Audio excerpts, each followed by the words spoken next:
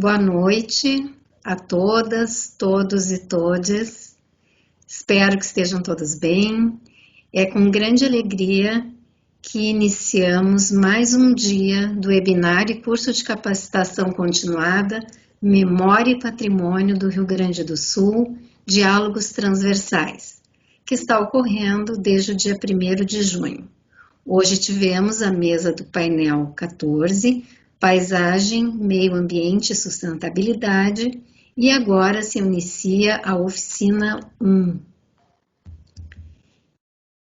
Este webinário é uma ação e realização do Colegiado Setorial de Memória e Patrimônio do Rio Grande do Sul, em parceria com a Secretaria de Estado da Cultura do Rio Grande do Sul, SEDAC-RS, a Federação das Associações de Municípios do Rio Grande do Sul, FAMURS, e a Escola de Governo do Estado do Rio Grande do Sul, EGOV.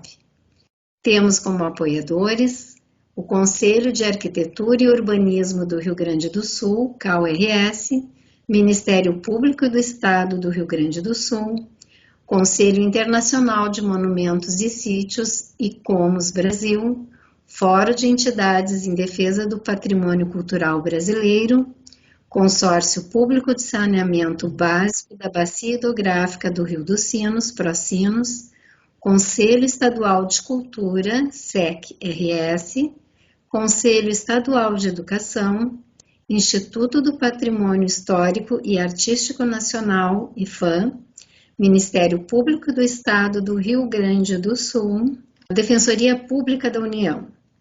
Agradecemos a todos os parceiros e apoiadores, aos profissionais que aceitaram o convite para palestrar e trazerem seus relatos, enriquecendo este curso.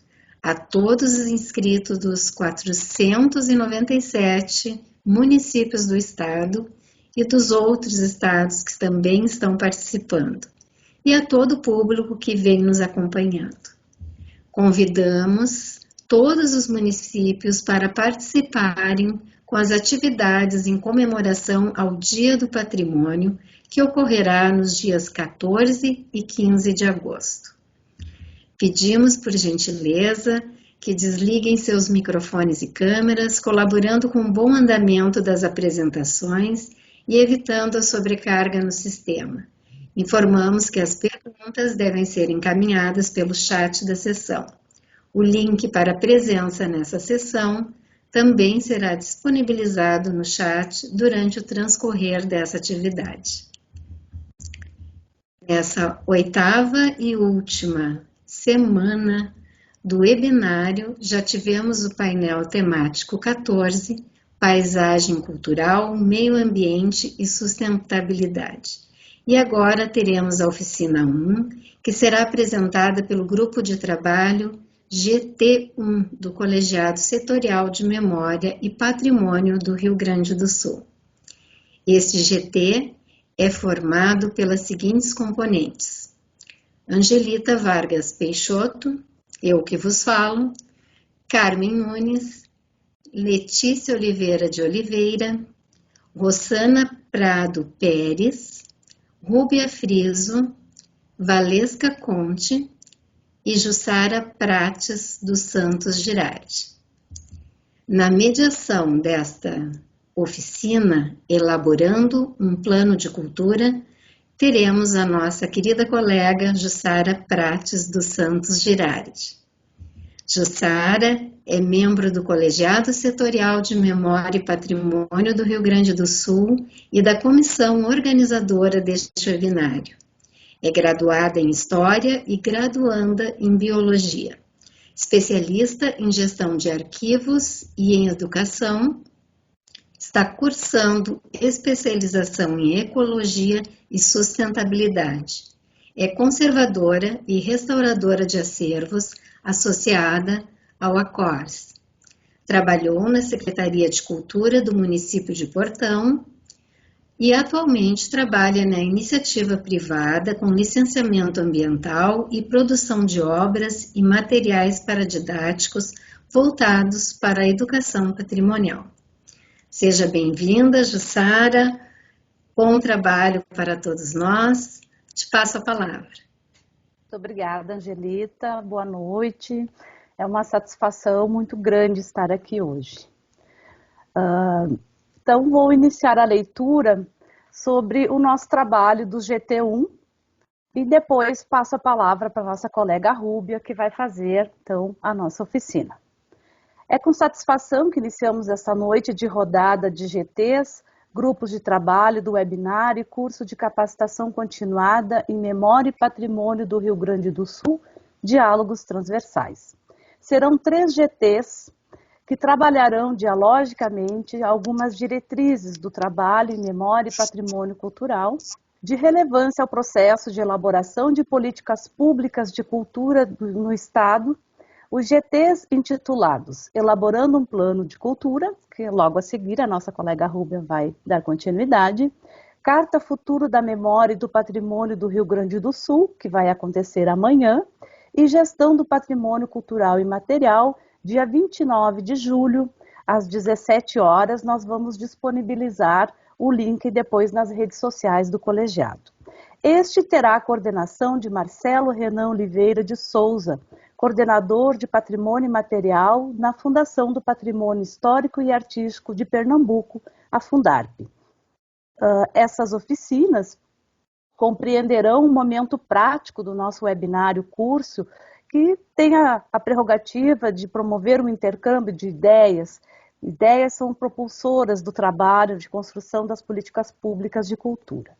O GT elaborando um plano de cultura é resultado das primeiras discussões internas do colegiado sobre o Plano Estadual de Cultura do Rio Grande do Sul e demais demandas oriundas da sociedade, referentes à efetivação do Sistema Estadual de Cultura. Assim, o colegiado vem se organizando em GTs, de acordo com suas câmeras temáticas, para manter frentes de diálogo sobre as diferentes questões que norteiam a memória e o patrimônio cultural do Estado. Desse modo, a própria realização deste webinar e curso é uma iniciativa que teve, entre outros, esse sentimento como motivação. Nesse processo, percebemos a necessidade de nos apropriar melhor do Plano Estadual de Cultura, visto que ele é a base de sustentação para o planejamento das ações voltadas à cultura. Logo, organizamos um grupo de estudos que passou a se reunir semanalmente para fazer a leitura, item por item, seguido de discussões e proposições, tendo como lente a memória, o patrimônio e os seus desdobramentos na sociedade. Inicialmente, a intenção era a apropriação e o conhecimento deste importante instrumento legal e de suporte para as políticas públicas para a cultura. Mas, com o avanço nos estudos, percebemos a necessidade de realizarmos apontamentos e sugestões, as quais irão contribuir para a atualização do plano, bem como com a elaboração do Plano Setorial de Memória e Patrimônio do Estado. Ao longo do estudo, constatamos que a pandemia tem sido um divisor de águas. E mesmo que este seja um segmento em constante transformação, a legislação anterior a ela já não atende às necessidades do que vislumbramos que será o pós-pandemia. Apesar de que o atual Plano Estadual de Cultura tem vigência em 2025, até 2025, temos percebido que nossos debates, diálogos e reformulações não poderão esperar até que ele expire. E, de certa forma, este webinário já é parte dessas inquietações que almejamos promover a fim de gerar mudanças profundas e permanentes na cultura do nosso Estado. Não podemos perder de vistas que os direitos culturais, além de serem direitos humanos previstos expressamente na Declaração Universal de Direitos Humanos de 1948, no Brasil encontram-se também devidamente normatizados na Constituição de 1988, nos artigos 215 e 216-A, onde diz que o Estado garantirá a todos o pleno exercício dos direitos culturais e acesso às fontes da cultura nacional e a apoiará e incentivará a valorização e a difusão das manifestações culturais. Assim sendo, A responsabilização do Estado frente ao desenvolvimento das práticas culturais coloca para as instituições formadoras o desafio de promover, ampliar e consolidar o acesso às mesmas. Promover o acesso à cultura é dever do Estado brasileiro, União, Estado e municípios, proporcionando assim desenvolvimento social, cultural e econômico em diversos contextos regionais do nosso Estado. Para isso, é preciso que cada instância elabore de forma democrática e participativa seus conselhos, planos, fundos e sistemas locais efetivamente como políticas de Estado. Nesse sentido, e com a intenção de contribuir, é que este colegiado vai proceder, então, à oficina elaborando um plano de cultura com a nossa colega Rúbia Ana Mossi Friso, e estaremos abertos posteriormente para o debate.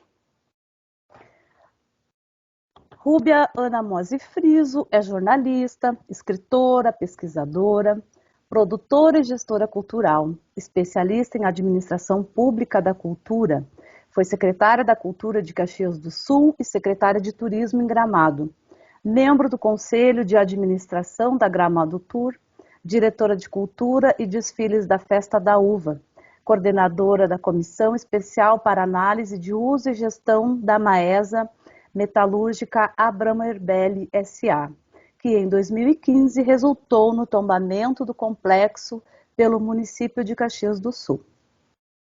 Também atuou como jurada do Festival de Gramado e avaliadora do FAC, Fundo de Apoio à Cultura Estadual, e membro do CODIC.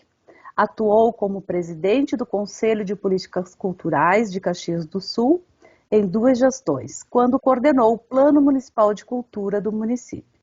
Membro do Conselho do Patrimônio Histórico, COMPAC, e Conselho de Planejamento Urbano, CONCEPLAN, de Caxias do Sul. Também fez parte do Conselho de Cultura e de Conselho de Planejamento em Gramado. Participou de fóruns e conferências municipais, estaduais e da 3ª Conferência Nacional de Cultura como delegada eleita representando o Estado do Rio Grande do Sul. Autora do livro Maesa, Poema Arquitetônico, que fala do patrimônio histórico em sua dimensão cultural, econômica e turística. É membro do nosso colegiado, setorial de Memória e Patrimônio, e integra o GT1 do Plano de Cultura. Bem-vinda então, Rúbia. Boa noite a todos, a todas. É um prazer muito grande estar aqui. Eu quero dizer que eu estou aqui representando esse grupo que já foi mencionado aí na fase protocolar de apresentações, mas que todas nós temos a mesma responsabilidade na construção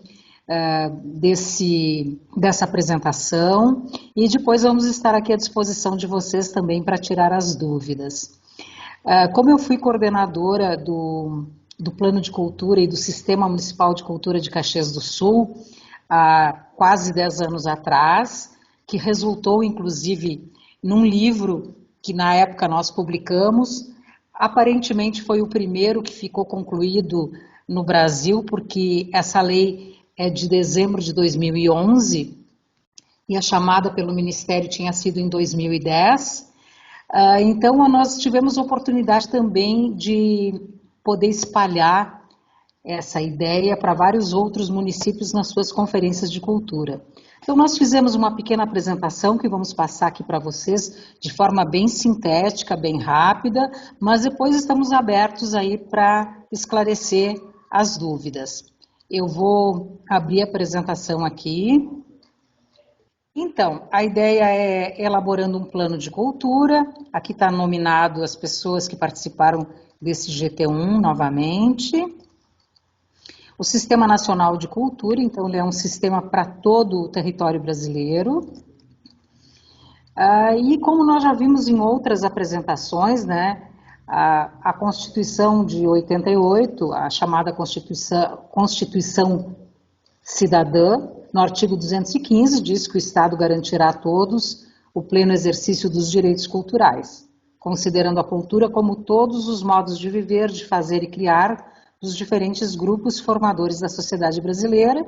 E aqui no artigo 216A da Constituição, que o Sistema Nacional de Cultura é um processo de gestão e promoção das políticas públicas de cultura democráticas e permanentes pactuadas entre a Federação, a União, os Estados, Distrito Federal e municípios e a sociedade civil. Isso é muito importante também, porque é algo com o qual a sociedade tem que participar. O SNC, então, ele é organizado em regime de colaboração, de forma descentralizada e participativa, tendo por objetivo promover o desenvolvimento humano, social e econômico, com o pleno exercício dos direitos culturais. E o objetivo do sistema é fortalecer as políticas públicas por meio dessa gestão compartilhada entre os entes e a sociedade civil, garantindo ao cidadão os seus direitos. A ideia é bem simples, são unidades e pessoas conectadas em redes orgânicas de atuação, pois elas têm maior poder e capacidade de geração de resultados. A ideia de sistematizar é que alguma coisa funcione depois organicamente, né? Então, os princípios do Sistema Nacional de Cultura são a diversidade, a universalização, o fomento, a cooperação, a integração e interação, a complementariedade dos papéis dos agentes culturais, a transversalidade, a autonomia, a transparência, a democratização, a descentralização e a ampliação progressiva dos recursos nos orçamentos públicos. Os componentes do Sistema Nacional de Cultura, então, que é uma atividade, de novo, orgânica da cultura, para que ela funcione, né, de todas as maneiras. Então, ela começa com o órgão gestor da cultura, Conselho de Política Cultural, Sistema de Financiamento à Cultura, Comissão Intergestores, Sistemas Setoriais de Cultura, Sistemas de Informações e Indicadores Culturais, Programa de Formação na Área da Cultura, Plano de Cultura e Conferência de Cultura. Então, esses componentes, eles tanto valem para o Sistema Nacional de Cultura, para o Sistema Estadual e para o Sistema Municipal de Cultura, cada um dentro das suas instâncias. Então, a estrutura do sistema nas respectivas esferas são os órgãos gestores da cultura, os conselhos de política cultural, as conferências de cultura, comissão intergestores, plano de cultura, sistema de financiamento, sistemas de informação e indicadores, programa de formação e sistemas setoriais. Aqui nós temos uma pequena explicação sobre cada um desses itens, né? O que é o órgão gestor? Em alguns municípios é uma secretaria da cultura, em outras é uma secretaria que engloba educação, turismo, esporte e cultura, em outras é um departamento de cultura dentro da estrutura de uma prefeitura, mas enfim, é um órgão que tem uma identidade específica, aí ele é considerado o órgão gestor. O Conselho de Política Cultural, que se chamava, né, Conselho Municipal de Cultura, até pouco tempo atrás, são os colegiados de caráter permanente, consultivos e deliberativos, vinculados à estrutura do órgão gestor da cultura. Também isso, nas três instâncias, funciona da mesma maneira. Sua composição é paritária, 50-50 entre poder público e sociedade civil, segmentos artísticos, manifestações culturais, movimentos de identidade, territórios, políticas transversais, e ele atua na formulação de diretrizes e estratégias e principalmente no controle da execução das políticas públicas de cultura. É uma das instâncias de articulação, pactuação e deliberação dos sistemas de cultura. Já a Conferência de Cultura é uma outra instância de articulação, pactuação e deliberação dos sistemas de cultura, que também reúne a sociedade civil e o poder público para deliberar, para propor, para estudar as diretrizes das políticas culturais, e existe uma previsão, então, na lei do sistema de cultura, todos esses instrumentos são passíveis de construção de leis, tá? E trabalham com os projetos e ações no plano de cultura.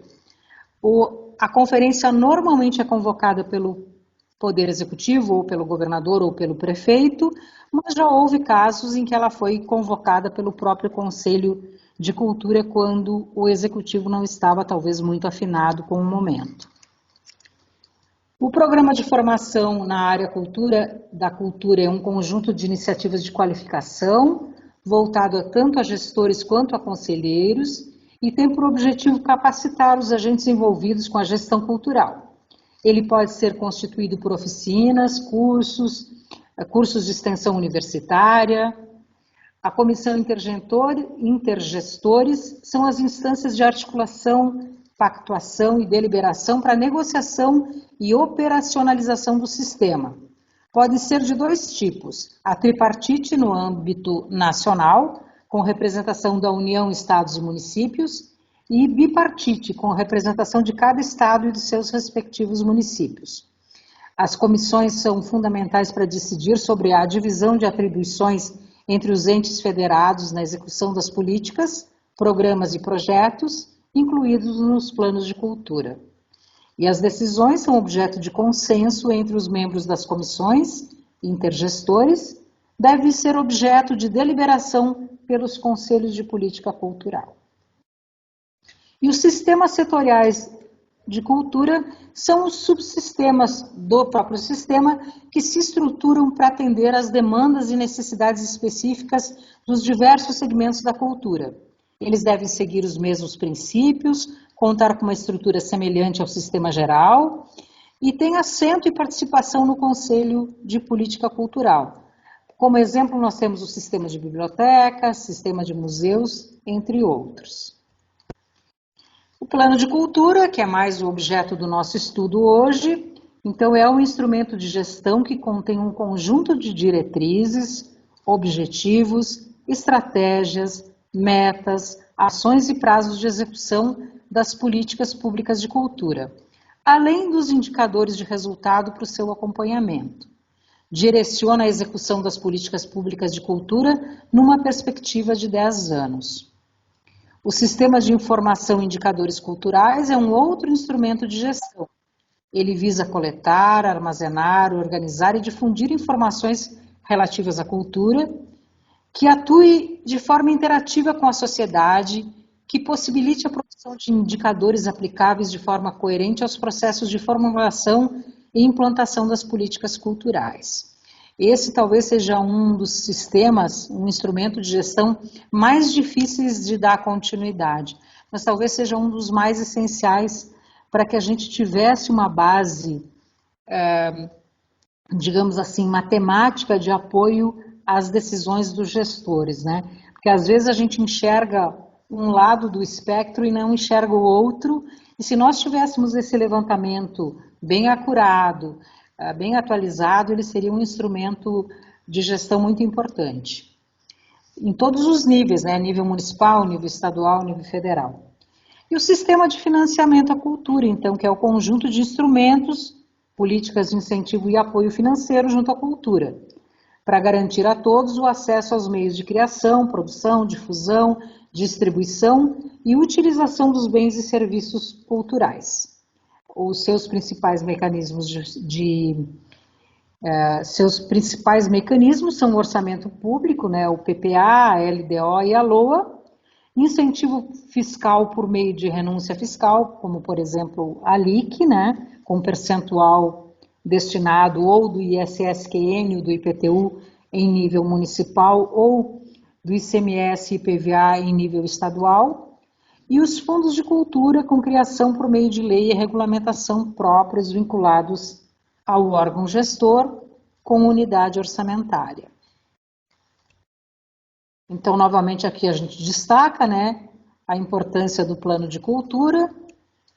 E aqui são as fases de integração ao Sistema Nacional de Cultura, que também, novamente eu reforço, serve para as outras instâncias. Então, a fase primeira é a fase de adesão, a segunda fase é a fase de institucionalização e a terceira fase é a fase de implementação. Então, na fase de adesão, há um acordo de cooperação assinado pelo chefe do Poder Executivo e o Estado ou entre o chefe do Poder Executivo do Estado e a União. Na segunda fase, que é a fase institucional, então, é a elaboração da lei do sistema, a criação dos componentes, quando não houver.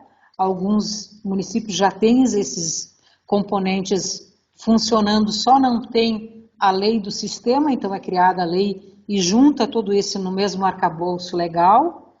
E a fase da implementação, então, que é o acompanhamento do efetivo funcionamento do sistema de cultura e a possibilidade, então, dessa transferência fundo a fundo.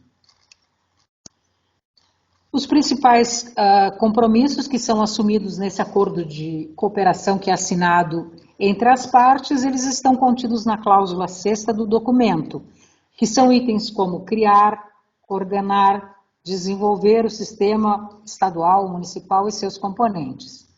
E para fazer parte do Sistema Nacional de Cultura, a adesão é solicitada, então, na plataforma do sistema, nesse endereço, desse link que está na tela. O acordo de cooperação federativa é um instrumento jurídico assinado pela União, pelo Estado ou município e estabelece compromissos para ambas as partes, auxilia no desenvolvimento e no sistema de cultura local. Aqui, então, eu coloquei nessa perspectiva do Sistema Municipal de Cultura, os componentes, então, como já tínhamos passado. Aqui também eu coloquei um exemplo de um sistema da cidade de Navegantes, por quê? Para dizer nesse momento de que essas estruturas, elas não precisam ser criadas, elas podem ser copiadas até certo ponto em nível de estrutura. E depois com as peculiaridades de cada um dos municípios, né?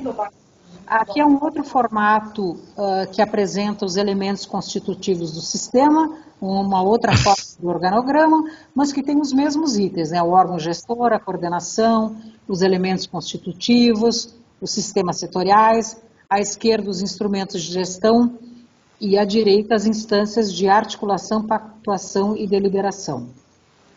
Mas é o mesmo formato, né? Então, o plano municipal de cultura, cultura é considerado o motor de desenvolvimento dos municípios, elemento estruturante para o progresso social e econômico, daí a sua inserção nas agendas dos governos de forma mais recente, né, nos últimos anos, para não dizer uma década, um pouquinho mais só. Como qualquer outra função do Estado, a cultura também requer definição de políticas públicas, para direcionar, orientar, priorizar as ações de governo. E, ademais, não se faz política pública cultural séria e consequente sem planejamento.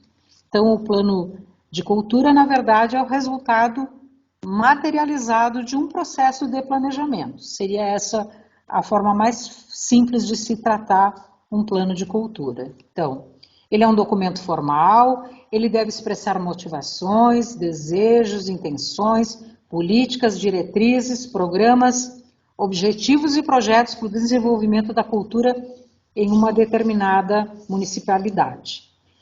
Embora ele seja elaborado sob a liderança do Poder Executivo Municipal, através do seu órgão de cultura, e com ampla participação do Conselho Municipal de Cultura, o plano deve servir à comunidade, e não aos seus autores oficiais, exigindo para sua construção o envolvimento e atuação dos segmentos representativos da cultura local. Esse método de trabalho irá assegurar a legitimidade ao processo e permitirá um amplo pacto político entre os inúmeros atores na perspectiva de continuidade das políticas públicas, independente das mudanças periódicas de governo. Então, como a Jussara falava, ele não é um plano de governo, ele é um plano de Estado, porque esses 10 anos de validade ele vai perpassar 2 gestões e meia de governo. Então, ele deve ser olhado com esse olhar, né, de guarda-chuva e de longo prazo. Claro que também é desejável que sejam expressas ações, né, de curto, médio e longo prazo, mas ele num todo, ele deve ter uma perspectiva de 10 anos com revisão a cada 2 anos. Porque as tecnologias mudam, as necessidades mudam, enfim. Então, com uma revisão a cada 2 anos numa conferência de cultura, ele permanecerá sempre muito atual. Ele deve incorporar as informações obtidas numa conferência municipal ou nas conferências anteriores, deve estar em sintonia com o Sistema Nacional e Estadual de Cultura, interagir com o plano territorial, observando as referências contidas na Agenda 21 da Cultura da Unesco sobre a proteção e a promoção das diversidades culturais. A estrutura de um plano de cultura é inteiramente livre. Não existe nenhum dispositivo legal impondo este ou aquele modelo. Ele pode assumir as mais variadas configurações. As partes que compõem o plano como um indicativo, né, de construção, então caracterização do município, o diagnóstico cultural do município, desafios para o desenvolvimento da cultura municipal, diretrizes e programas estratégicos. Exemplo de desafios. Afirmar a cultura como um fator de inclusão social e de desenvolvimento local e regional, promovendo a cidadania cultural e a autoestima do cidadão.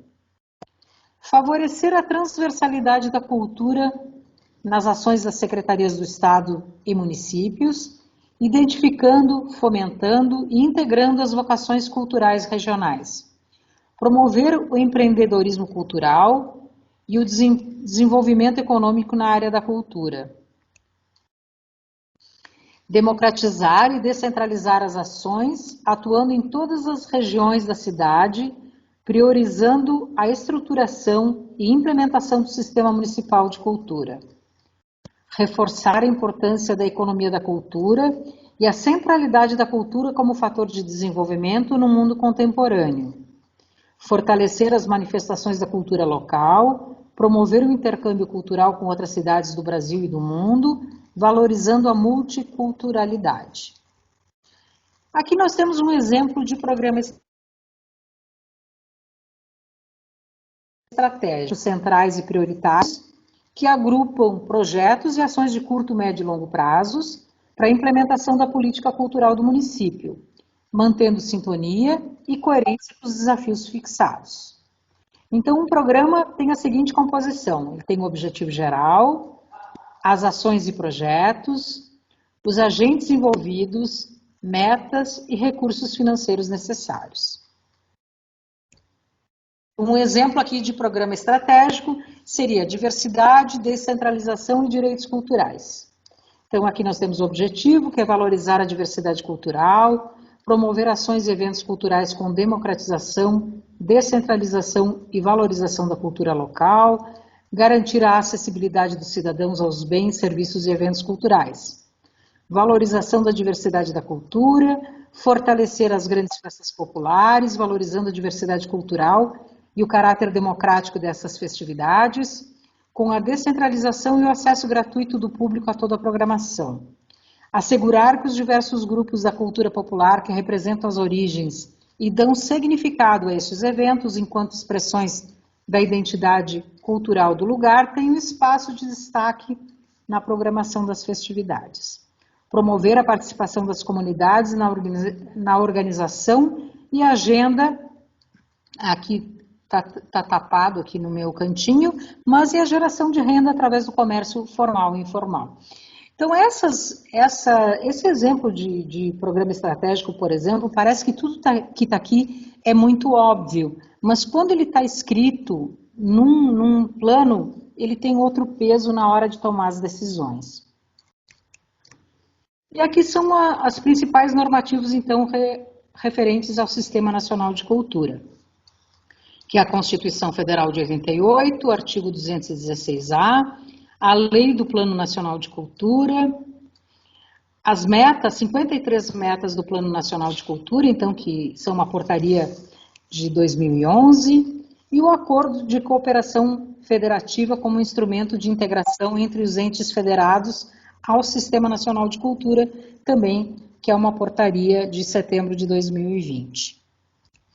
Agora eu vou passar para vocês um pouquinho do plano, de um estudo de caso, então, de como nós construímos o Plano Municipal de Cultura de Caxias do Sul, que ele foi firmado, né, por meio da Lei 7.376, de 7 de dezembro de 2011, por isso que ele passa a ter vigência em 2012 e ele se encerra agora no ano que vem. A caracterização do município, que era uma daquelas etapas que estava descrita lá atrás, então se trabalhou nessa caracterização do município, o que é, né, como é Caxias do Sul, a segunda cidade maior do interior do Rio Grande do Sul, a população. Claro que nós estamos falando de dados de 10 anos atrás, né? Segundo maior polo metal mecânico do Brasil, empregos formais, estabelecimentos, referência em serviços de saúde e educação, instituições de ensino, escolas, enfim, toda a caracterização do município. Aqui também sobre os roteiros turísticos existentes, os museus, pontos de cultura, salas de cinema, teatros, os principais eventos que acontecem no município e os espaços de cultura e lazer. Essa fase do levantamento, do diagnóstico do município é muito interessante também, porque como a gente envolve bastante a comunidade e todos os segmentos culturais representados dentro do Conselho Municipal de Cultura, até as próprias pessoas que participam ativamente da cultura às vezes não sabem a extensão do que existe no seu município. Então é bom também essa parte do diagnóstico para que as pessoas se deem conta do que elas efetivamente têm dentro dos seus municípios. Aqui uma imagem de um evento que acontece ou acontecia, né, anualmente em Caxias do Sul, que é o Mississippi Blues Festival, e que agora com a pandemia ele está suspenso. E aqui a estrutura da Secretaria da Cultura, então o Conselho do Patrimônio Histórico, Direção Geral, Gerência Administrativa, as equipes culturais, Departamento Pessoal, Financeiro, Unidade de Música, Teatro, Dança, Arte e Cultura Popular, Cinema e Artes Visuais, Departamento de Memória e Patrimônio e Departamento do Livro e da Leitura. Aqui um pouco sobre os espaços culturais, então aqui a Casa da Cultura Percy Vargas de Abreu e Lima, que fica na Praça Central da cidade, onde está a Biblioteca Municipal e o Teatro Municipal Pedro Parente, mais uma galeria de arte. Aqui o Centro de Cultura Dr. Henrique Ordovás Filho, então é um espaço multicultural, é um patrimônio histórico tombado, era uma antiga vinícola, então ele foi restaurado, e hoje é um complexo cultural muito frequentado, então ele abriga as unidades de dança, de artes visuais, teatro, a companhia de dança, a escola preparatória de dança, sala de exposições e o acervo municipal de artes plásticas. Além de um café que tem uma área administrativa e uma sala de teatro, que eu acho que nessa época ainda não tinha. Aqui também um modelo de um restauro que foi feito de um patrimônio pertencente à aviação férrea, né, brasileira, RFFSA. Aqui vocês veem o estado, né, de grande deterioração nas fotos aqui da esquerda e da direita. E aqui no centro, depois do restauro, como esses dois prédios que pertenciam à estação férrea, que eram a oficina das máquinas, de manutenção das máquinas, e hoje internamente então um espaço que tornou-se uma biblioteca parque, onde muitos eventos, principalmente ligados à literatura, são realizados ali dentro, partes da Feira do Livro e muitas atividades ligadas à literatura infantil, porque a área externa tem um gramado muito bonito, é uma área muito bonita de ser frequentada. Então, ela tem um espaço de 470 metros quadrados e era a antiga oficina das locomotivas. Aqui, novamente, aquele quadro que eu mostrei anteriormente, então, que é uma das maneiras de se mostrar esse organograma, né, do sistema municipal. A gente resolveu fazer dessa forma, achou que ficava mais claro, né, para as estruturas existentes no município, do que aquele sugerido. E aqui a legislação que dá suporte, então, à estrutura cultural em Caxias do Sul. Então, desde a lei que cria a Secretaria da Cultura, a lei que cria o Fundo Especial da Cultura, o FEC, a lei que cria a LIC, que é a Lei Municipal de Incentivo à Cultura, a lei do Financiarte, que é o antigo Fundo Pro Cultura, que é uma lei que recebe dotação orçamentária, a lei que institui o incentivo anual de montagem teatral, e aqui em 2011, então, a lei que aprova o Plano Municipal de Cultura de Caxias do Sul. Aqui uma imagem, então, do livro e uma imagem da lei de dezembro de 2011, então, do Plano de Cultura. Então, os objetivos aqui do Plano de Cultura de Caxias são consolidar e aperfeiçoar as conquistas já obtidas com foco na área de formação e também na área de fomento à produção artística autônoma, diversificada, plural e contínua, avançar em novas políticas e ações que desenvolvam a fruição, a circulação e o consumo, objetivando maior participação da sociedade civil, aumentar e aperfeiçoar os recursos destinados à cultura por meio da implantação do Sistema Nacional de Cultura, da legislação nacional em fase de implementação, que era naquele momento, né, definidas na segunda Conferência Nacional de março de 2010, facilitar o acesso amplo e restrito como direito de todo cidadão, melhorar continuamente a comunicação, ampliar a criação de espaços de divulgação e construir espaços de reflexão como objetivo de reforçar a conquista da cultura da sociedade. Aqui é uma continuidade, então, da legislação, né? Então, tem as leis que criam o coral municipal, a banda, o concurso literário, a companhia municipal de dança, enfim. Toda a legislação que dá suporte à cultura, então, ela foi listada também na forma de um levantamento. E aqui nós falamos um pouquinho, então, do Departamento de Fomento, que é um departamento, então, que cuida tanto da Lei Municipal de Incentivo à Cultura, que é a LIC Municipal, quanto do Financiarte, desse Fundo Pro Cultura.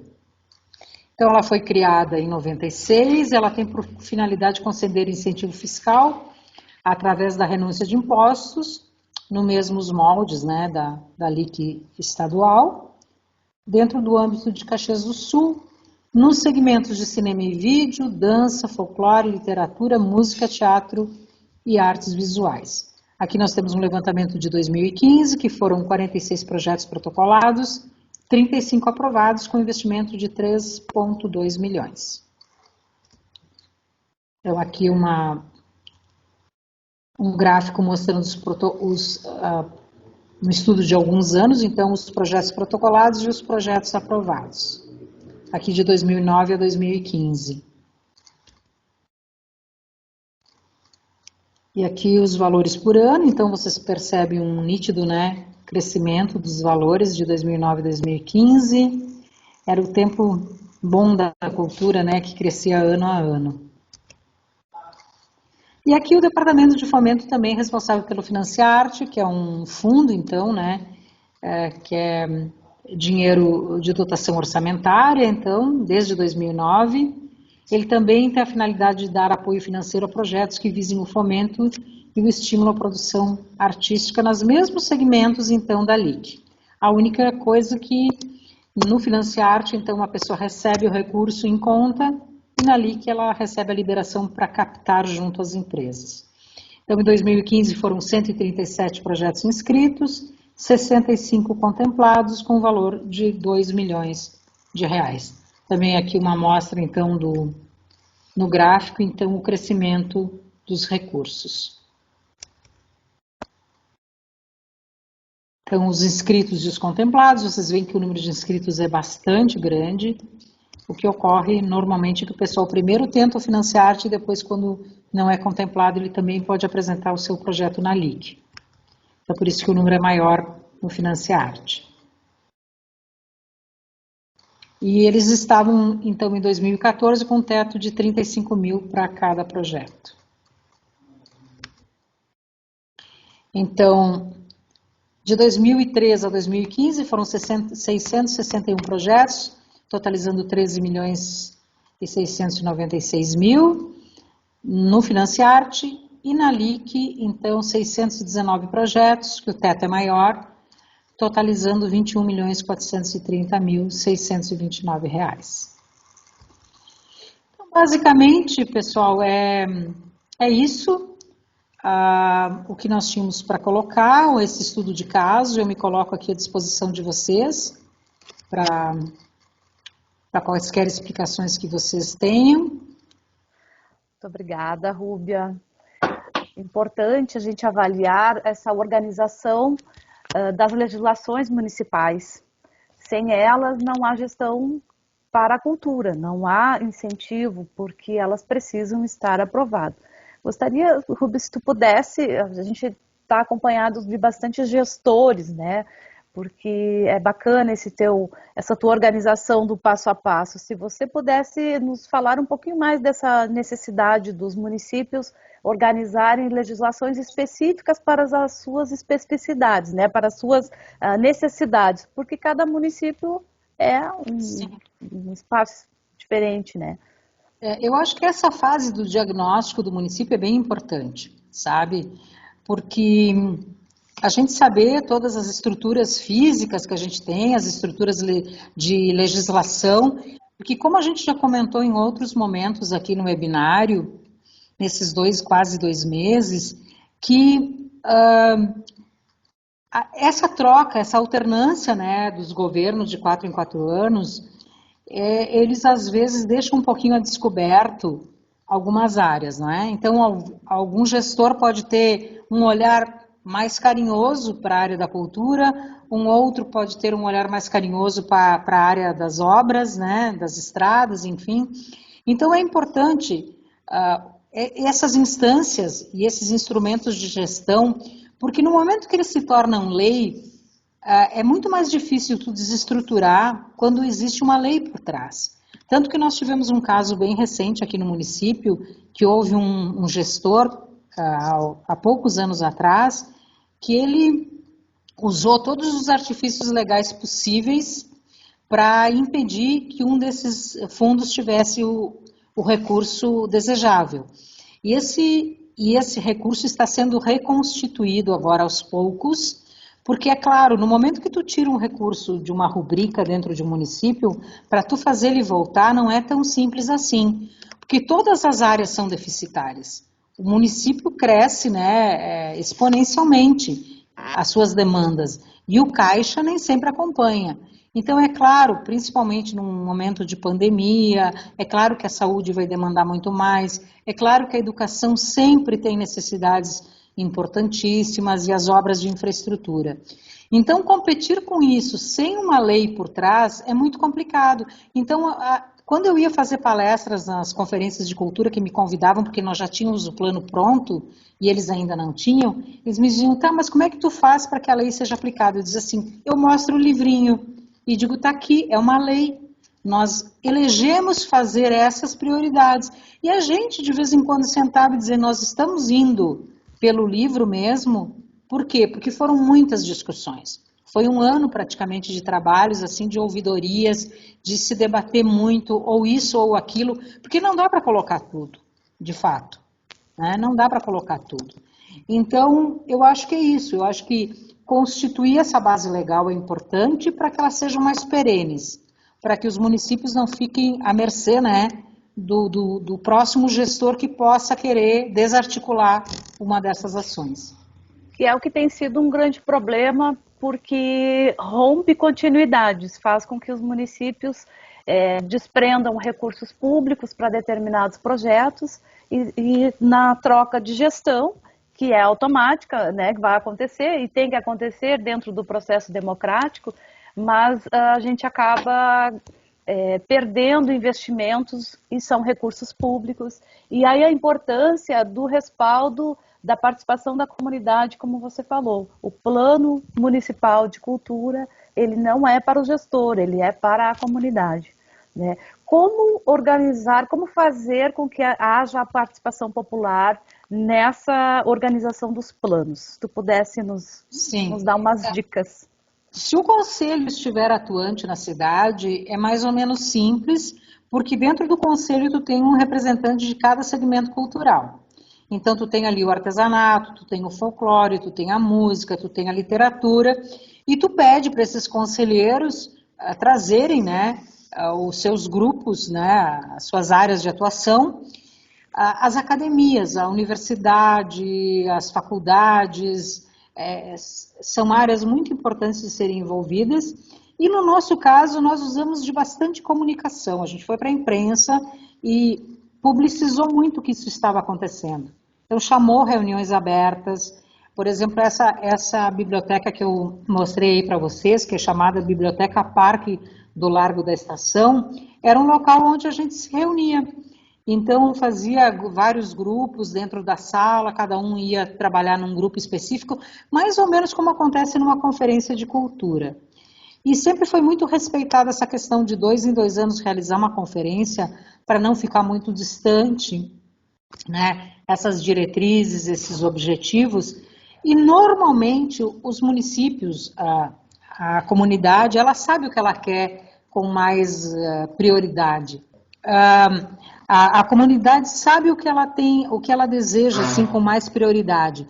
Então, ela vai ter que elencar isso em ordem, né? Porque fazer tudo não dá. Por exemplo, nós queríamos muito um teatro maior. Houve um incêndio em Caxias, onde queimou um teatro que existia há muitas décadas, eu não me recordo agora o ano de construção dele, mas era um teatro muito antigo que tinha 1.200 lugares. Foi um incêndio questionável, enfim, porque era uma herança, etc. Hoje o Teatro Municipal da cidade não tem 500 lugares. Então se deseja um teatro de proporções, né, que tu possa trazer espetáculos maiores, que eles se paguem, digamos assim, né? Porque num teatro menor tu tem restrições, o palco é menor, enfim. Então, várias questões foram sendo elencadas, mas foram priorizadas, né? Então, queremos isso antes daquilo, né? Nesse só sentido. A comunidade compreende a sua necessidade, o que é mais importante para ela. Sim, sim. Então, isso é muito importante, a gente tem discutido isso também no nosso plano, a importância do diálogo com a sociedade na organização das legislações, porque, como tu disseste, né, não é para o gestor, é feito para a comunidade e elas devem ter uma perspectiva de ultrapassar gestões, né? Estar ali. Então, Rubi, eu vou ler aqui alguns comentários, o nosso tempo já está quase indo, né? Depois a gente vai pedir para todos os membros da comissão que puderem fazer uma foto para a gente registrar. Eu quero dizer que esses materiais que a gente está apresentando, eu acho que o teu também, né, Rúbia, fica disponível. Se alguém tiver interesse e quiser, faz contato com o e-mail ou com as redes sociais do colegiado. Alguém vai atender, alguém vai enviar para vocês. Tá? Claro. Então, a Rosana, nossa colega, né, ótimas colocações. A Letícia de Cássia também, quanto aprendizados. A Carolina, Rubi e Jussara representando com maestria o nosso trabalho, que bacana. E a Lúcia Pires pergunta o seguinte: os recursos para cada prioridade precisam ser definidos no plano? Como fazer isso? Na verdade, os fundos nós já tínhamos em Caxias já andando há alguns anos, como vocês viram naquela legislação, né? A prioridade em si, se a Secretaria da Cultura ela já tem uma dotação orçamentária anual, que normalmente tem, né? Dentro da LOA, já sai a dotação orçamentária do ano. Então, tu tem os custos que a gente chama na iniciativa privada dos custos fixos, né? De pessoal, de manutenções,